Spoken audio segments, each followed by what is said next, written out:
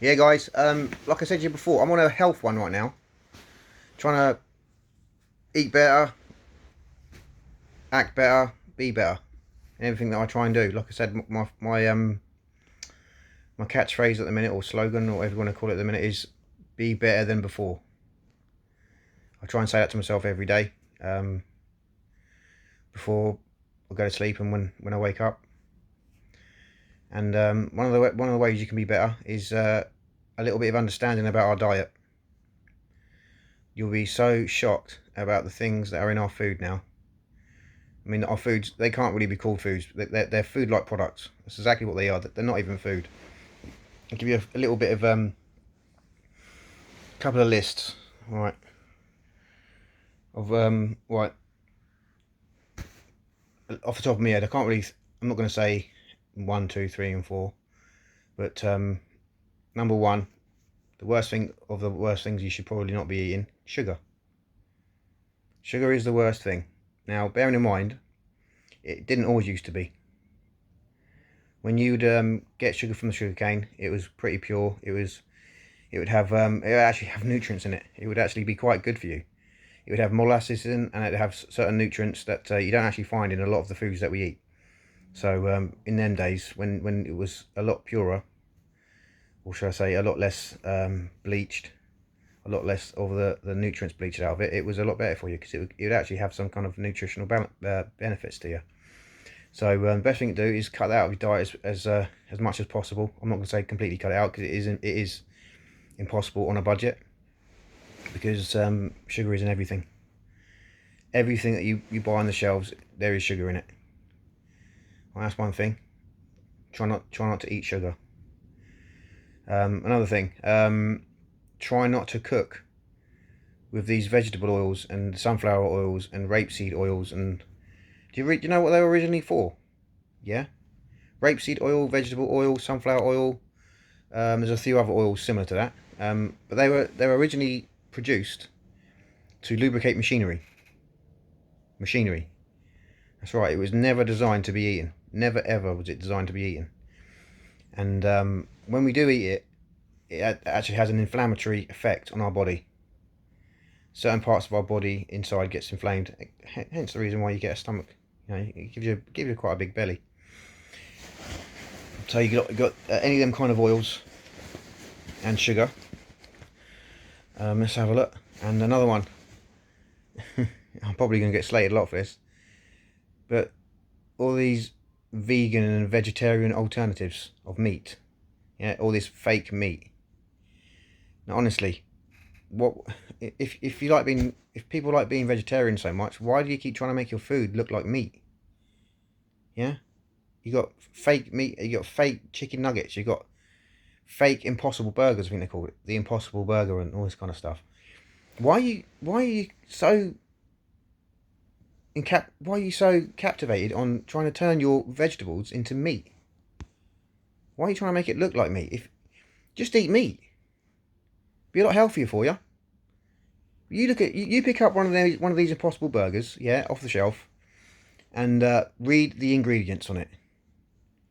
Now I've got a little rule of thumb. Yeah, I always pick up things off the shelves and find out if like new products or whatever, and I'll look at the ingredients. And if it's got stuff on there that I wouldn't normally find on my shelf, or I don't understand what they are, then that's going back, mate. I ain't having that. I ain't having that at all. Really look at these things that you're buying. Really look at the foods that you're eating. It's not food. It is not food. McDonald's, believe me, I don't want to go into that right now. But McDonald's, I don't think anything on what they sell is actual food. I really don't. It's terrible. Um, what else shouldn't you be eating?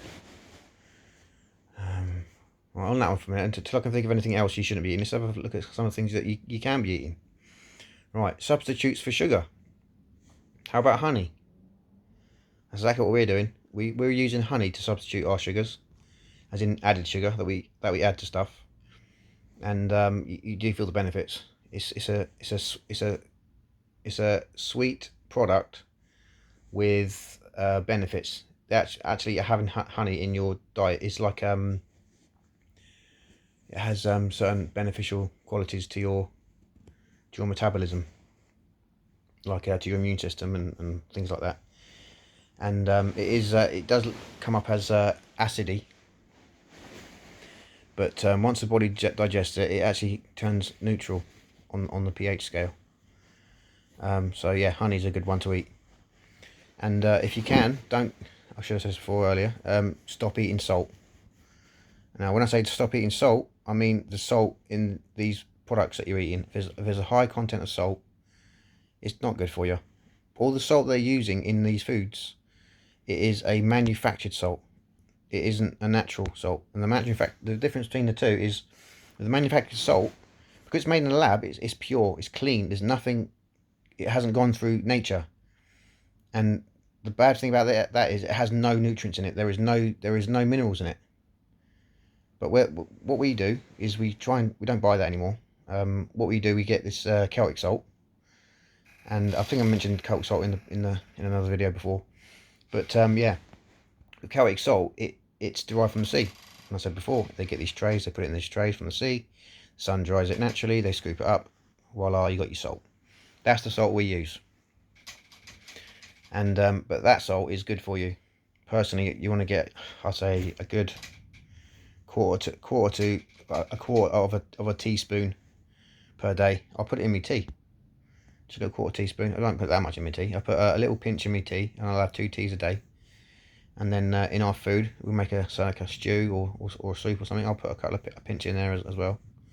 So I do get about a quarter teaspoon to half a teaspoon of that a day. If I don't, again, you can feel it in yourself. If you think you've had too much salt for the day, you can say, I've had enough salt today, But bearing in mind, in this salt, I do believe there is 120 nutrients the body needs, minerals, vitamins, 120, 130, something like that. And you get 90 of them just from Celtic salt. Just from Celtic salt, including 3 different types of magnesium, which is if you do have Himalayan salt, that Himalayan salt only has 1 type. So there you go. And also, here you go, here's another one. If a lot of people out there, even my family, going through cancers and things like that, there's a lot of friends that I know, or family friends, going through cancer and all this kind of stuff. There are foods that can help. Again, if you're going through cancer, or you don't want to be at risk of getting cancer, definitely avoid those oils. And you're probably thinking, well, how am I going to cook my food? Right, I'll let you know in a bit. So with cancer, there is certain foods you can be eating that can help you with cancer. Number 1, what's it called? It's this weird fruit from another country. It's I had it a minute ago. Soursop. That's it. It's hard to find. If you can find a soursop, the fruit itself is very beneficial. The leaves even more so. Make a tea out of the leaves and drink that. It's anti-cancerous. There's a lot of anti-cancerous bits in soursop, and the soursop leaves more so. Apricot seeds. Again, the reason why I mention apricot seeds is because you can actually get apricot seed oil.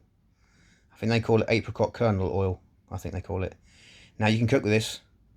It's very healthy. It's what I would suggest as an alternative to any of these other cooking oils. You can use either apricot kernel oil, coconut oil, or peanut oil.